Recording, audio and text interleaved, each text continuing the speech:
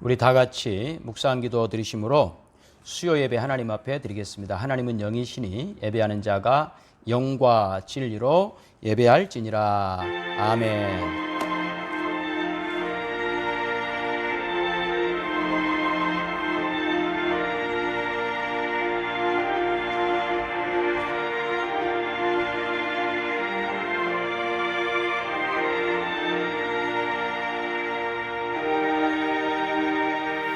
하나님 아버지 은혜와 사랑을 감사드립니다. 오늘 수요 예배로 아버지 앞에 드립니다. 예배를 통해 하나님 영광 받으시옵소서. 우리가 걸어가고 있는 길이 비록 힘들고 어렵고 가시밭길 골짜기라 할지라도 하나님 살아계십니다. 우리와 동행하십니다. 우리를 절대로 고아와 같이 버리지 않습니다. 그러니 하나님 우리와 동행하심을 인하여 기뻐하며 감사하며 하나님 안에서 다시 한번 말씀 안에서 힘을 얻는 복된 시간 되게 하옵소서. 예수님의 이름으로 기도드리옵나이다. 아멘. 찬송가 405장 찬송입니다.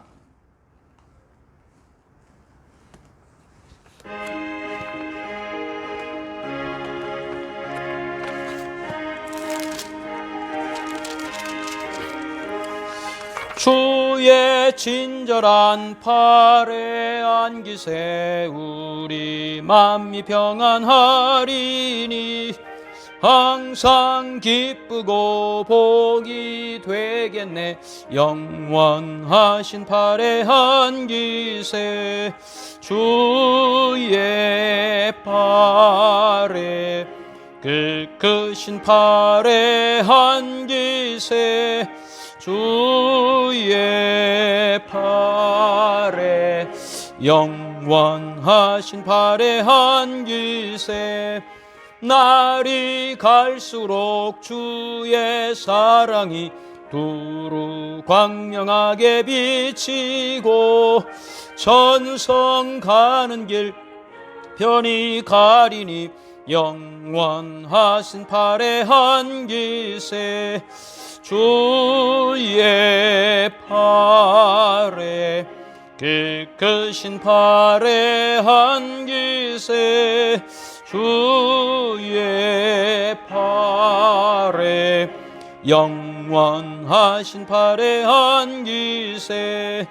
주의 보좌로 나아갈 때에 기뻐 찬미 소리 외치고 겁과 두려움 없어지리니 영원하신 팔에 안기세 주의 팔에 크신 팔에 안기세 주의 팔에 영원하신 팔에 안기세. 교회 소식 알려드립니다. 지난주에 이어 이번 8월 8일 주일도 여전히 교회에서 19명 이하라고 하는 사회적 거리두기 4단계 지침에 의하여 우리는 예배를 두 번 나누어서 드릴 겁니다. 10시 예배 드릴 분들은 제가 이미 정해드렸기 때문에 나머지 분들은 다 11시에 나오셔서 예배 드리시면 되겠습니다. 철저한 방역 수칙 지켜가면서 예배 드릴 것입니다. 하나님 말씀 봉독하겠습니다. 하나님 말씀은 빌립보서 4장 4절에서 7절 말씀입니다. 빌립보서 4장 4절에서 7절입니다. 주 안에서 항상 기뻐하라. 내가 다시 말하노니 기뻐하라. 너희 관용을 모든 사람에게 알게 하라. 주께서 가까우시니라. 아무것도 염려하지 말고 다만 모든 일에 기도와 간구로 너희 구할 것을 감사함으로 하나님께 아뢰라. 그리하면 모든 지각에 뛰어난 하나님의 평강이 그리스도 예수 안에서 너희 마음과 생각을 지키시리라. 아멘. 빌립보서가 점점 이제 결론에 도달하고 있습니다. 그래서 지금까지 빌립보서 1장부터 해왔던 내용을 이제 다시 반복하고 있습니다. 기뻐해라, 관용해라, 염려하지 말아라. 이제 이런 내용들이 재차 반복되고 있습니다. 이 모든 표현들은 단지 어떤 덕담 수준의 내용이 아닙니다. 우리 기독교는 팩트에 근거한, 사실에 근거합니다. 성경에서 우리에게 주시는 모든 말씀들은 사실, 어떤 근거가 없이 막연하게 뜬구름 잡는 그런 이야기들은 하나도 없습니다.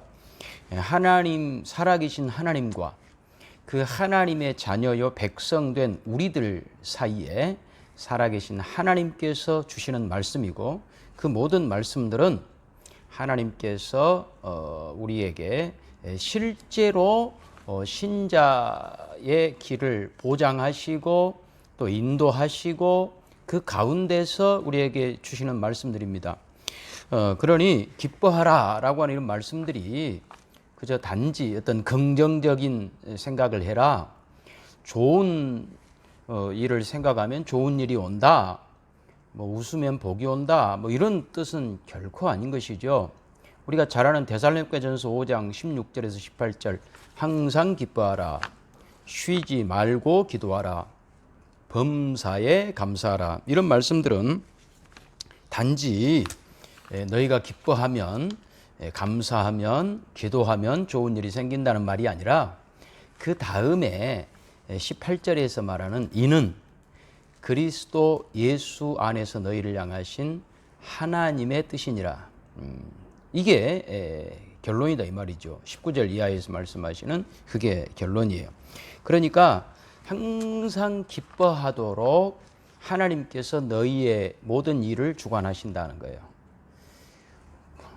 쉬지 말고 기도하라는 말은 무슨 말이죠? 너희의 기도 하나하나를 하나님이 다 듣고 계신다는 거예요. 그리고 범사에 감사하라. 너희에게 일어나는 일 어느 것 하나도 하나님께서 간섭하시지 않는 일은 없다. 하나님께서 모든 일에 열매를 허락하실 것이다.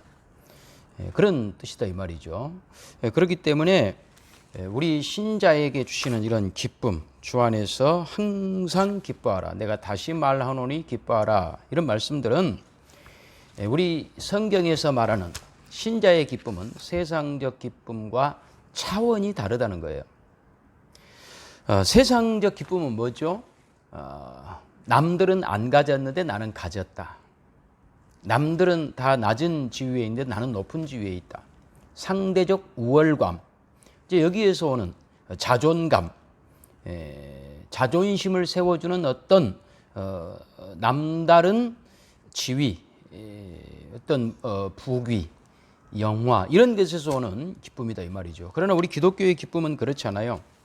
그래서 우리 기독교의 기쁨은 주 안에서 항상 기뻐하라고 4절에 말하고 5절에 너희 관용을 모든 사람에게 알게 하라. 그래서 기쁨과 관용이 병행구를 이루고 있어요. 이게 다른 거예요. 세상에서 말하는 기쁨과 성경에서 가르치는 하나님이 우리에게 주는 기쁨의 차이, 결정적 차이가 바로 여기에 있습니다. 기쁨의 관용이 필수적으로 요구되고 있어요. 세상적 기쁨은 뭐죠? 관용이 아니죠. 자기중심적 기쁨이죠. 우월감에 근거한 기쁨이죠. 그러나 우리 신자의 기쁨은 하나님 중심적 기쁨이에요. 그러니 하나님의 그 관용을 우리가 이해하고 그 관용을 받아들이고 실천할 때 진정한 기쁨이 온다는 거예요.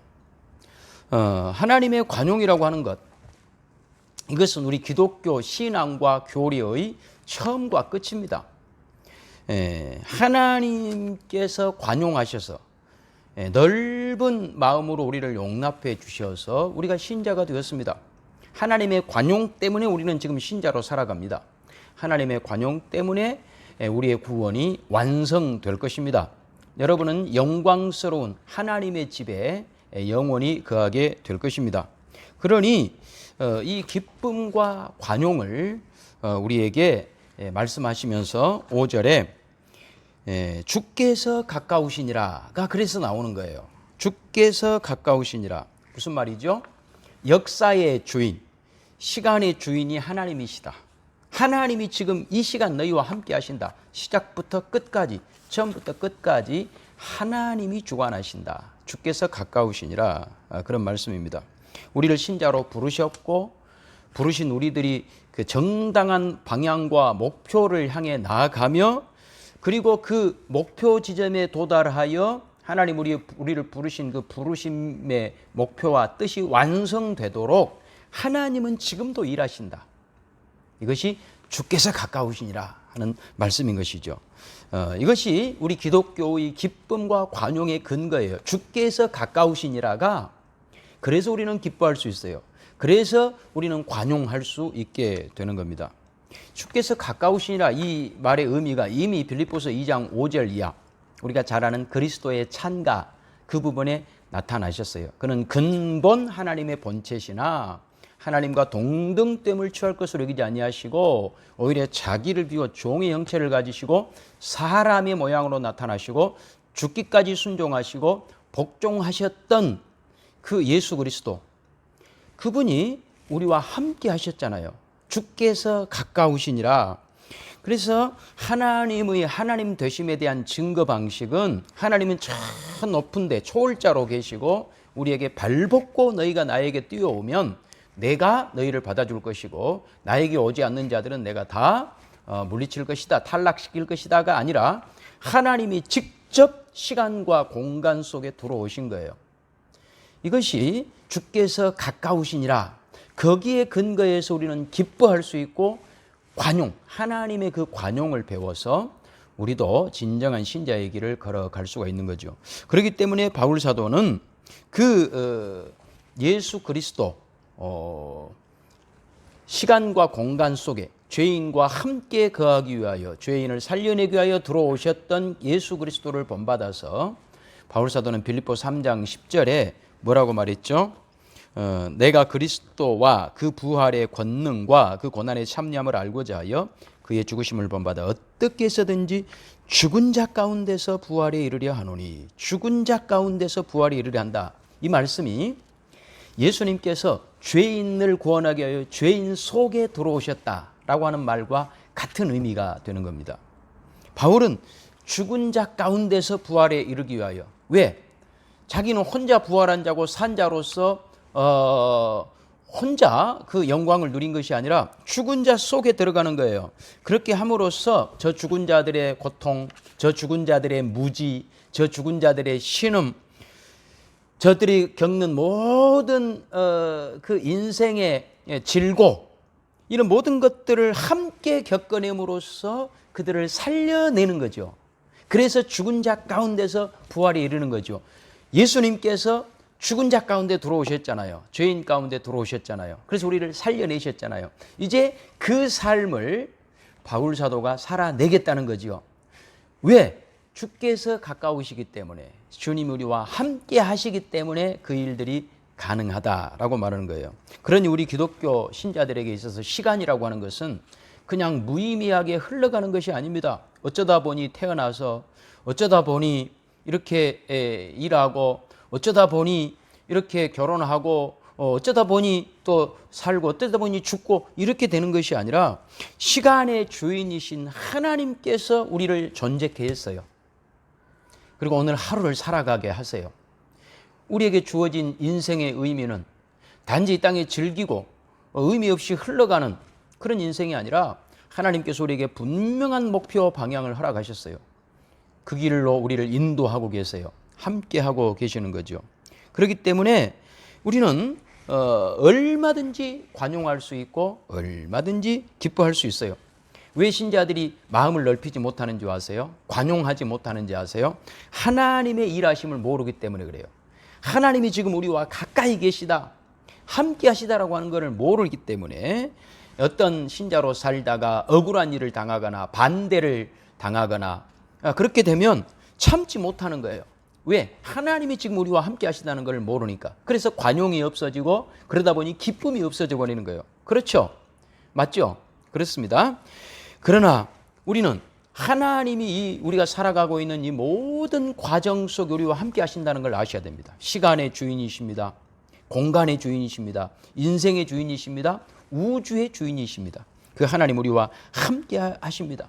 우리를 구원하시기 위하여 가장 높은 자리에서 최악의 자리에 있는 우리에게까지 찾아오셨습니다. 최악의 환경 속에서 하나님의 뜻을 이루십니다. 마찬가지로 지금 우리가 살아가고 있는 이 세상이 최악의 환경이라 할지라도 이 속에서 하나님께서는 하나님의 살아계심을 증명해 내십니다. 이 고난 속에서 예수 그리스도의 십자가의 죽으심과 부활을 생명을 증거해 내시는 것입니다.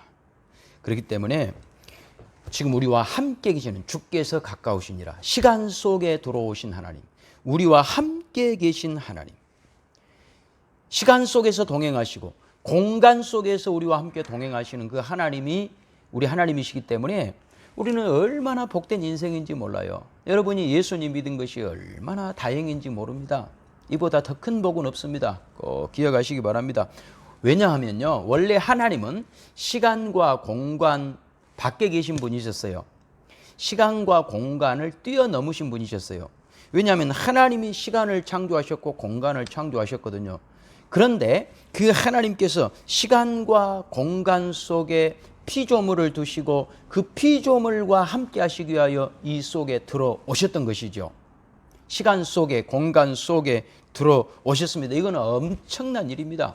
보통 일이 아닙니다.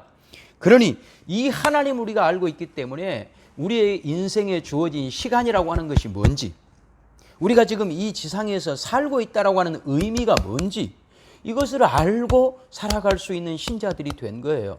이거는 보통 축복이 아닙니다. 하나님을 몰랐다면, 하나님이 시간을 만드셨고 공간을 만드셨고 그 속에 우리를 두셨으며 시간과 공간 속에 하나님이 들어오셔서 주께서 가까우시니라 우리와 함께 동행하고 계심을 몰랐다면 우리는 인생이 무엇인지, 나이가 들어간다는 것이 무엇인지, 늙어간다는 것이 무엇인지 이런 걸 전혀 모르고 살다가 허망하게 인생을 마치고 말았을 겁니다. 그러지 않겠습니까? 허무주의로 빠든지 쾌락주의로 빠지든지 둘 중 하나. 어차피 죽을 것, 뭐 나이 들어 죽을 것, 뭐 인생이 도대체 무슨 의미가 있어, 이렇게 살다가 끝났을 수도 있을 거예요. 그래서 키에르케고르가 그런 말을 했어요. 모든 인간은 마지막에 죽을 때 병에 걸려 죽는데 그 병이 무슨 병이냐? 암병도 아니고요, 무슨 코로나도 아니고 인간이 마지막 죽을 때는 절망을 통해서 죽게 된다. 그래서 죽음에 이르는 병은 절망이다, 이런 말을 했어요. 죽음에 이르는 병은 절망이, 육체적 병이 아니라 절망. 그러니까 모든 인간은 마지막에 절망하고 그 절망이 죽음으로 이어지게 되는 거죠. 이것이 인생의 필연적 법칙이다라고 하는 것을 키에르케고르는 깨달았던 거예요. 그러나 이제 우리는 이 시간이 단지 흘러가다가 그 속에서 우리는 절망하다가 그렇게 끝나버리는 것이 아니라 이 시간들이 의미가 있다는 것을 알게 돼요. 지금 올림픽 기간이기 때문에 예를 들면 축구 경기, 그러면 전반 45분, 후반 45분 시간이 있잖아요. 그리고 축구 경기장은 다 규격이 있습니다. 무슨 아무 데나 넓은 데 가가지고 그냥 뻥뻥 차세요, 이게 아니라 가로, 세로, 그 다음에 중앙선, 그 다음에 페널티 라인, 골라인, 뭐 이런 게 다 규격이 있어요. 이게 공간이죠.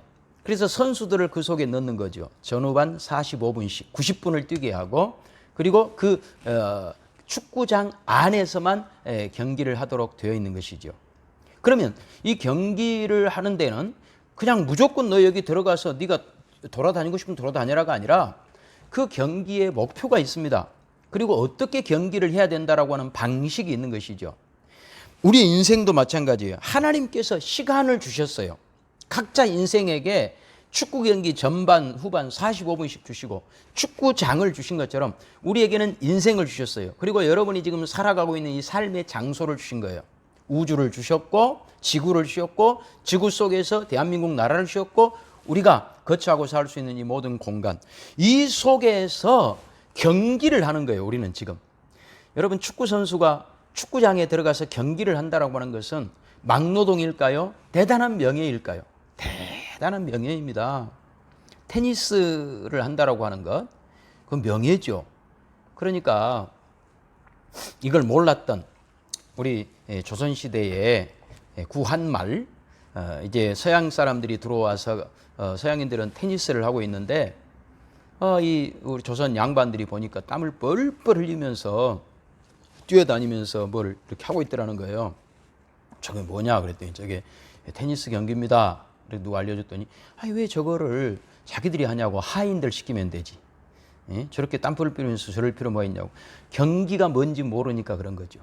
그렇죠? 테니스 경기를 한다는 것, 그 경기장 속에 들어가 있다는 것, 그 경기 시간 내에 경기를 한다는 것, 그 시간과 공간 속에 들어있다라고 하는 것은 엄청난 명예인 것이에요. 그거는 노동이 아니죠. 명예죠. 마찬가지예요. 여러분, 모든 경기에는 시간이 있고 또 시간이 정해져 있고 그 경기장이 있고 규칙이라고 하는 것이 있어요. 우리 인생도 마찬가지예요. 이것은 예수님을 믿어야만 할 수 있어요. 우리는 괜히 나이 들어가는 게 아니에요.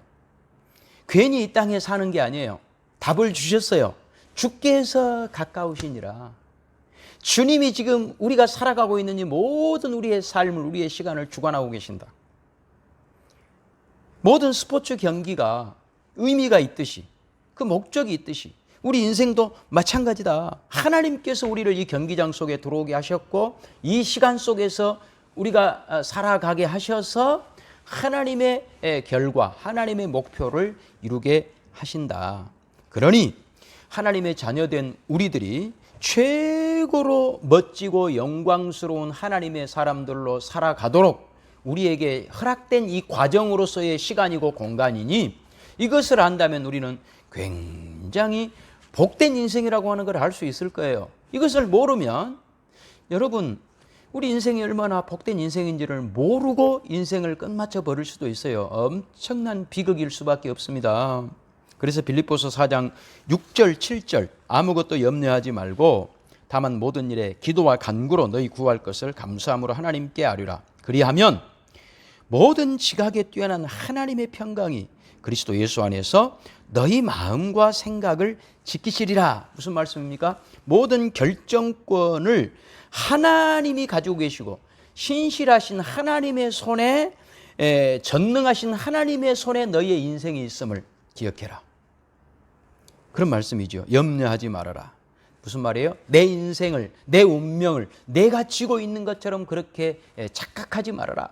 그런 의미에서의 염려하지 말라고 하는 거예요. 궁극적 승리가 우리 손에 있지 않고 하나님의 손에 있다라고 하는 것을 알라고 하는 말씀이죠. 그러면 전능하신 하나님의 손 아래에 있는 우리들은 우리가 도대체 어떻게 우리 인생을 살아야 한다는 말일까요? 염려하지 말라라고 하는 말을 오해해서는 안 되겠죠. 염려하지 말라 그러니까 다 하나님께 맡겨버렸으니 나는 신선이 되어서 그냥 산속에 들어가서 아무것도 하지 않고 주님 다 알아서 해주세요. 그러라고 하는 뜻인가? 그렇지 않아요. 우리 인생은 그렇게 만만치가 않습니다. 쉽지 않습니다. 모든 경기는요, 쉽게 하는 경기가 없습니다. 축구가 됐든지 배드민턴이 됐든지 테니스가 됐든지 여러분 쉽지가 않아요. 잠깐 이기기도 하지만 또 지기도 하고 또 울기도 하고 다시 일어서기도 하고 저는 우리 인생도 마찬가지라고 생각해요. 끊임없이 우리는 걱정하고 쩔쩔매고 전전긍긍하고 불안하고 잠시 잘 되는가 싶다가 또다시 추락하고 이러고 넘어지고 일어서기를 반복하는 것이 우리 인생입니다. 예수님 믿는다고 해서 우리가 갑자기 이런 인생의 모든 풍파와 우리가 겪는 이런 모든 어려운 과정들을 다 뛰어넘는 법은 없습니다. 만약에 그렇게 되면 경기장 밖을 벗어나는 거죠. 선수는 시간 속에 들어가야 되고 경기장 속에 있어야 되고 룰을 지켜야 돼요. 그 시간과 공간과 그 룰을 지킨다라고 하는 것은 그 경기장 속에 뛰고 있다라고 하는 것은 끊임없는 고통의 시간의 연속이죠. 경기를 하는데 웃고 쉽게 즐기면서 할 수는 없지 않습니까? 그런 점에서 염려하지 말라라고 하는 말씀은 무슨 말씀이냐? 단지 나는 아무것도 안 해도 하나님이 다 알아서 하겠다가 아니라 훨씬 다른 의미가 있는 거예요. 고린도후서 11장 28절에서 우리가 한번 확인해 보기를 원합니다. 고린도후서 11장 28절 바울을 통해서 우리가 한번 배워보도록 하겠습니다. 바울 고린도후서 11장 28절 이 외의 일은 고사하고 아직도 날마다 내 속에 눌리는 일이 있으니 곧 모든 교회를 위하여 염려하는 것이라. 바울 사도는 염려했네요. 무엇을 위해서요? 교회를 위해서. 29절, 누가 약하면 내가 약하지 아니하며 누가 실족하게 되면 내가 애타지 아니하더냐. 내가 부득불 자랑할진대 내가 약한 것을 자랑하리라. 그러니까 바울 사도가 염려했어요. 그러니까 염려하지 말라라고 하는 말은 단지 나는 예수 믿었으니 아무 걱정 없다. 하나님이 나에게 돈도 주실 것이고 하나님이 내 모든 인생을 책임져 주실 것이니 나는 만사 오케이다. 만고강상이다. 나는 놀고 먹겠다. 이런 말이 아니고 예수님 믿어서 우리가 주님의 제자로 주님의 일꾼으로 살아가지만 그러나 우리는 여전히 이 세상 속에서 힘들고 어려운 과정들을 겪어야만 해요.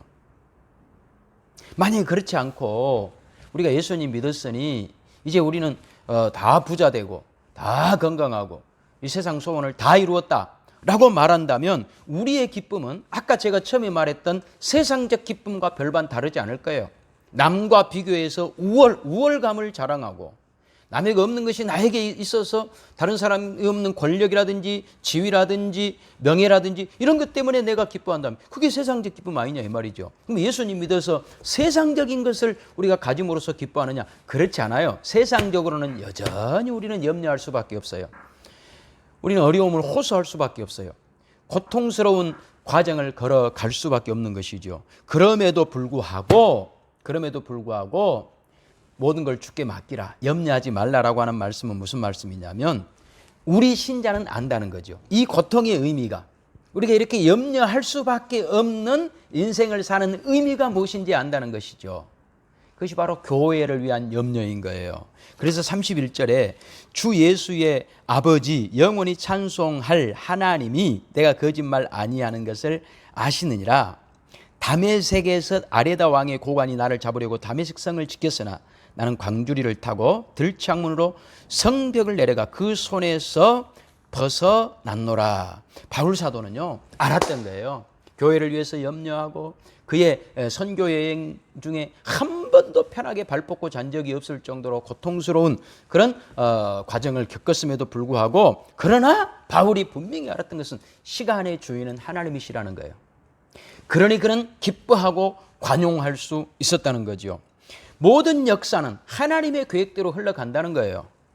그러니 우리가 염려하고 고통하는 것은 고통의 길을 가는 것은 실패자로 가는 것이 아니라 하나님의 승리에 동참하는 것이다. 마치 예수 그리스도의 십자가의 그 고난이 멸망이 예약된 고난이 아니라 부활의 승리가 예약된 그 승리를 향한 고난이었던 것과 마찬가지다 이 말입니다. 그러니 여러분 우리는 기뻐하고 관용할 수 있는 거예요. 어떤 신자가 지금 굉장히 힘든 인생을 산다 할지라도 우리는 관용해요. 그 신자를 정죄하지 않아요. 네가 무슨 죄를 지었기에 우리가 모르는 무슨 죄를 지었나 보다. 너 회개하지 않으면 더 큰 벌을 받을까? 이게 아니라 우리는 하나님께서 지금 저 영혼을 저 신자를 통하여 하나님의 계획을 이루고 가시는구나. 하나님이 저 신자에게 지금 저 사람이 지금 비록 어려운 과정들을 겪지만 저 어려운 과정들을 통하여 반드시 하나님의 승리와 하나님의 영원한 영광이 저 영혼을 이렇게 세울 것이고 저가 그 승리를 맛보게 하고야 말 것이다 라고 하는 생각을 가지고 그 영혼을 바라보는 거죠. 이것이 관용이에요. 이것이 관용이에요. 이것이 신자된 기쁨이다 이 말입니다. 그렇기 때문에 우리들은 우리 자신에 대해서도 기쁨을 포기하지 않아요. 지금 우리가 잠시 어렵지만 우리의 결론은 반드시 하나님께서 우리를 승리케 할 것이기 때문에 우리 자신에 대해서 기쁨을 포기하지 않고 다른 신자들을 향하여서도 관용을 포기하지 않아요. 우리는 기다려줄 수 있어요. 저 사람이 아직 말도 안 되는 어떤 그런 행동을 한다 할지라도 저 사람이 저 인생의 주인이 아니라 하나님이 저 인생의 주인이시라면 하나님이 저를 고쳐내실 줄로 믿습니다. 저를 복되게 하실 줄로 믿습니다. 저를 통하여 영광 받으실 줄로 믿습니다. 여러분 그러니 우리는 이 어려움 속에서 우리의 명예를 기억하셔야 돼요. 명예를 잘 지키셔야 돼요. 마라톤 선수가 쓰러지고 일어나서 다시 뛰고 절뚝거리면서 뛰고 그러면 옆에서 누가 아이고 저 미련한 사람 빨리 포기하지, 불쌍한 인생이군, 이런 사람 있을까요? 그렇지 않습니다. 야, 저 사람 참 저렇게 넘어졌다 다시 뛰는 모습 보니까 참 명예스럽다, 참 영광스럽다, 다 그렇게 박수를 쳐줄지언정 그 사람을 정죄하고 저 마라톤 선수는 아주 쓸모없는 일을 한다라고 말하는 사람은 한 사람도 없을 것입니다. 그렇지 않습니까? 배드민턴 지금 그 안세영이라고 하는 우리 여자 국가대표 선수가 경기하는 것을 봤어요. 아주 대단하더라고요. 물론 메달은 못 땄지만 넘어져서 무릎이 까지고 수비를 너무 잘해요. 조금만 더 기량이 올라가면 메달도 딸 수 있을 것 같은 다음 올림픽은 기대합니다. 이 선수를 보면서 넘어져요. 무릎이 까져요. 그래서 메디컬 타임. 그래서 의사가 또 중간에 치료를 해요. 그러면 우리가 야, 안세영이 불쌍하다, 저 안 해야 될 일을 저렇게 왜 하고 있을까, 이러지 않아요. 그 무릎이 까지는 것도 영광이고 명예고 기쁨이고 소망이고 그렇지 않습니까? 하다못해 배드민턴 이 경기 하나만도 그런데 하물며 우리 신자된 인생은요, 하나님이 지켜보고 계시는 거예요. 하나님 우리와 함께 하시는 거예요. 우리는 승리의 결과를 알고 살아가는 그런 복된 인생들이에요. 그러니 우리는 어떤 현실, 어떤 고난도 감수할 수 있는 그런 신자들입니다. 그러니 기뻐할 수 있습니다. 하나님이 우리와 함께 하시기 때문에 하나님 우리의 모든 것을 다 받아주시는 그 하나님의 관용이 우리로 하여금 우리도 모든 우리의 상황들을 용납하고 모든 사람들을 용납할 수 있는 관용이 되게 하고, 그래서 시간과 공간의 주인 되신 하나님으로부터 우리는 큰 기쁨을 얻게 되는 것입니다. 여러분, 우리가 세상에서 어떤 소원을 이루어서 갖는 그런 기쁨도 아니고, 다른 사람보다 내가 더 잘났다라고 하는 그 우월감을 확인하는 데서 나오는 그런 기쁨도 아니고, 예수님을 보내신 하나님이 누구이신지를 아는 데서 나오는 그 기쁨, 이 기쁨은 영원합니다. 누구도 빼앗아갈 수 없습니다.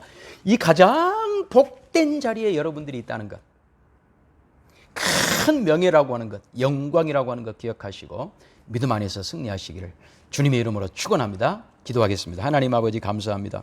신자로 살아가는 것, 신자된 기쁨, 세상 사람들처럼 다른 사람보다 나의 어떤 우월감을 확인하는 데서 나오는 수준 낮은 기쁨이 아니라 예수님을 보내신 하나님이 누구이신지를 아는 데서 나오는 그 기쁨, 하나님이 우리 같은 죄인을 용납하셨다고 하나님의 관용을 우리도 알고, 하나님이 주인이시니, 시간과 공간의 주인이시니, 그 하나님 우리의 승리를 예약해 두셨으니 모든 것을 용납할 수 있는, 그래서 우리의 기쁨을 포기하지 않는 그런 신자로 살아가는 복된 저희들 되게 하옵소서. 예수님의 이름으로 기도드리옵나이다. 아멘. 찬송가 524장 찬송하시겠습니다.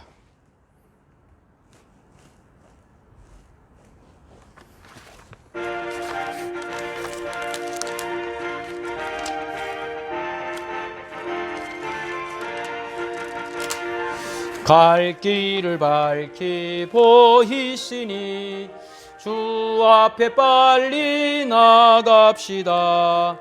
우리를 찾는 구주 예수 곧 오라시네.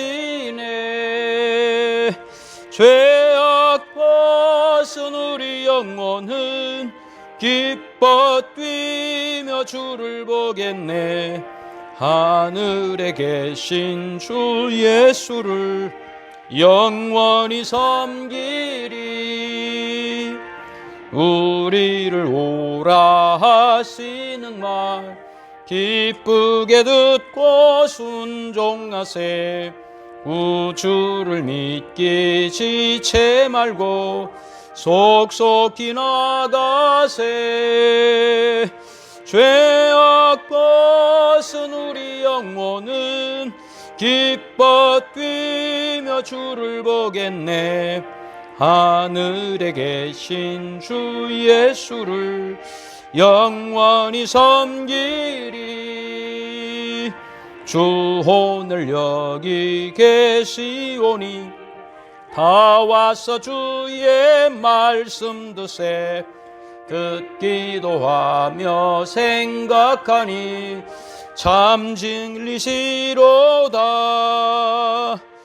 죄악 벗은 우리 영혼은 기뻐 뛰며 주를 보겠네.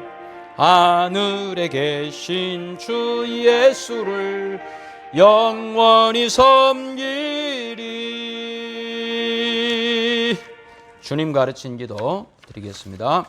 하늘에 계신 우리 아버지여, 이름이 거룩히 여김을 받으시오며 나라의 임하옵시며 뜻이 하늘에서 이룬 것 같이 땅에서도 이루어지이다. 오늘날 우리에게 일용할 양식을 주옵시고 우리가 우리에게 죄 지은 자를 사하여 준 것 같이 우리 죄를 사하여 주옵시고 우리를 시험에 들게 하지 마옵시고 다만 악에서 구하옵소서. 대개 나라와 권세와 영광이 아버지께 영원히 있사옵나이다. 아멘.